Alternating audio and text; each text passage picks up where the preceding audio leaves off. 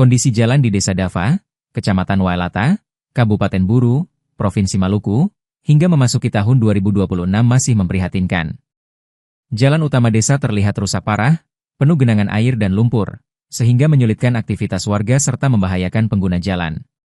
Berdasarkan data resmi BPS Web API pada kategori geografi dan iklim Kecamatan Wailata, Desa Dava memiliki luas wilayah sekitar 3 km persegi.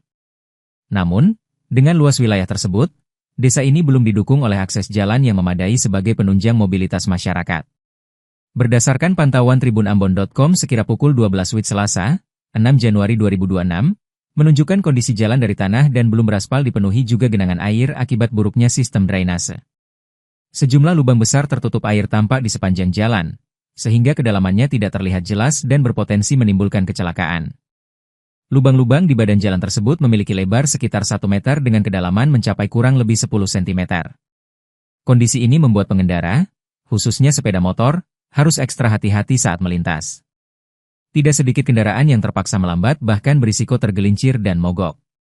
Salah seorang warga setempat, Sedek, mengungkapkan kekecewaannya terhadap kondisi jalan yang tak kunjung diperbaiki. Ia juga menambahkan bahwa belum ada upaya nyata dari pemerintah desa maupun pemerintah kabupaten untuk melakukan perbaikan permanen.